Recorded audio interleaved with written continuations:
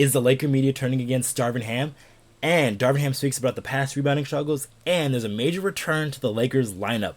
What's good, y'all, and welcome to another Lakers Digest video. I'm your host, Okechi Apakama, and we've got plenty to talk about today, guys, so let's fly through these topics here because there is much to get to. So, first things on the docket.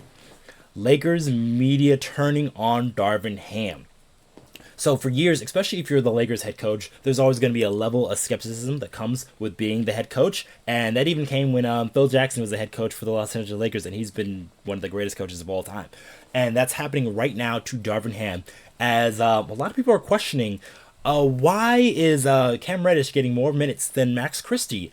And a lot of Laker fans are just kind of questioning, wondering that kind of fact, as Max Christie really showed up and showed out during the summer league, and he has really shown improvement from his rookie season, not only adding muscle, gaining weight, gaining about like 15 to 20 pounds, but also improving on his three-point shot, and just doing the things you need to do as like a role player to try to get into this rotation. And unfortunately, it looks like Cam Reddish has been the guy who's been getting all the minutes instead of Max Christie. And just like a lot of Laker fans are just kind of like wondering at that fact. But it seems like Darvin Ham also gave a reasoning to why he's been doing that. And this is a bit of a long quote here, but I'm going to paraphrase this a little bit. But essentially, he was saying that Cam's got a little bit more experience, and Max is going to be with the Lakers for a while, as he's just in his second year. And there's so much they can build through from, what he's already got. But Cam is more of the unknown.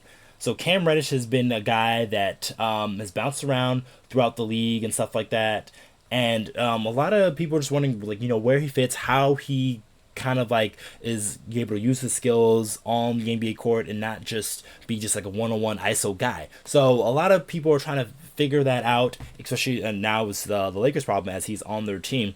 And they're trying to figure out where Cam Reddish really fits in this lineup. And she's shown early sparks with him on the defensive end, as he's been pretty good on that end. Unfortunately, he's run up against, some tough covers, guys like Kawhi Leonard, Paul George, and Kevin Durant, to name a few.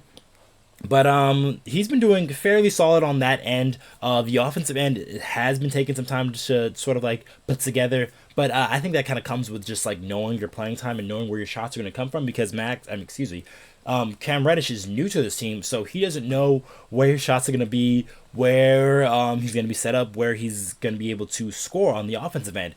So there's just been a bit of a learning curve for him on that end, and just unfortunately some Laker fans are just a little impatient on that fact. But just give him some time. Like, it's the sixth game of the season.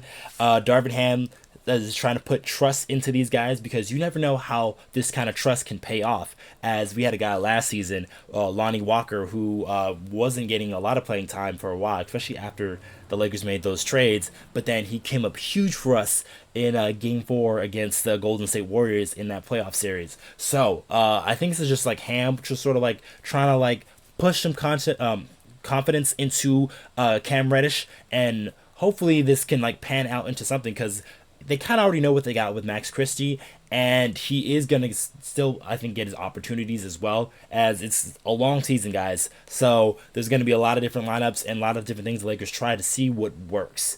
So with that being said, let's jump into our next topic here, guys, and it is Ham speaks out on the rebounding.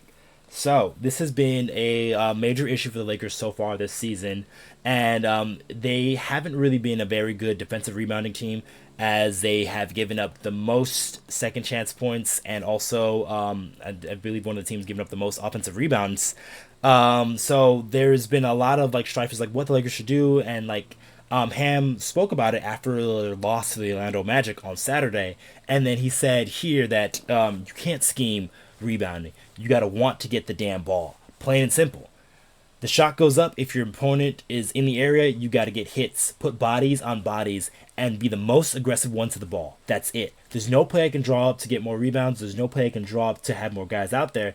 And when there are more guys there, we're showing clips of with 4 or 5 white jerseys and 1 blue jersey in the middle, and the blue jersey comes up with the ball. I don't know. So what Ham is kind of saying here in this quote is like an effort issue.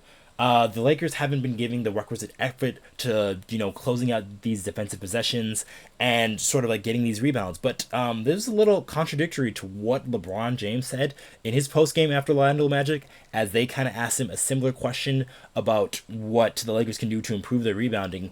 And LeBron brought up the fact about like just having bigger guys, as they have been without Rui Hachimura and Jared Vanderbilt and Taurean Prince for a little bit, and these are like three of their bigger forwards, and these are guys who can also not only help on getting rebounds but also help on boxing bigger guys out, because they are bigger dudes, and they can do a little bit better job than a smaller guard like an Austin Reaves or a D'Angelo Russell cannot do. So having those bigger guys on the floor, what LeBron was saying, is really going to help boost that Lakers rebounding.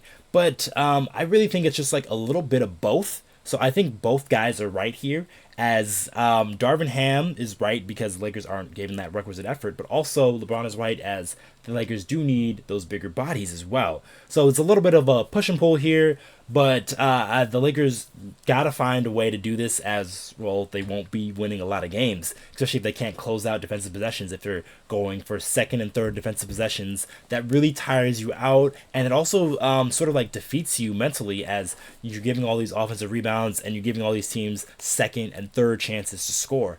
So I think the Lakers really just have to find just like a niche between like the guys that have that mindset to go after and get those rebounds, box those guys out, and also just having their bigger forwards coming back to the lineup. So it's not going to be a while till some of those guys be returning, but one of those guys actually returning sooner rather than later, and that is our next topic here, and that is a major Lakers return.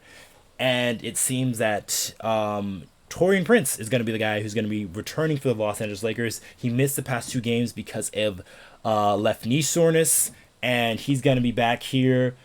He's no longer on their injury report, and he's going to be playing against the Miami Heat tonight. And this is really big news for the Los Angeles Lakers, as they have been without one of their starters at the beginning of the season, and he was pretty solid when he was in that starting spot, especially on the offensive end, being a guy that can not only hit threes but also get his own shot off of a broken play, or whether it was late in the shot clock. So Taurean Prince has helped the Lakers a lot on the offensive end, and he's going to come back and could probably continue to do so, and they'll probably slot him back into that starting lineup, and they'll move guys like Cam Reddish, who's been starting the past 2 games, back to the bench. Also guys along with Max Christie getting a little bit less playing time, but like we'll see here, as another guy for the Los Angeles Lakers is out tonight, and that's going to be Jackson Hayes. Jackson Hayes I think has a sprained ankle, and so he will not play tonight against the Miami Heat. So that also shortens the Lakers rotation a little bit. They've been playing a bit of an 8-man rotation, and so they take out Jackson Hayes and implement Taurean Prince into that 8-man rotation, and then we'll see how Darvin Ham mix and matches and like what guys go. But I do believe Taurean Prince is going to be the starter, and we'll see what happens with the minutes with guys like Christie versus Reddish, who gets more minutes. I think it's really who defends better, and that's going to be the guy who's going to get more minutes going forward, especially when we start to get some of our forwards back, as Jared Vanderbilt is on the way, and Rui Hachimura seems to be getting closer, as he was doing some on-court work in the Lakers shoot-around earlier. But that's going to be it for today's video, guys. You make sure you guys subscribe to Lakers Digest. I've been your host, Okechi Apakama, and I'm going to catch you guys on the next one.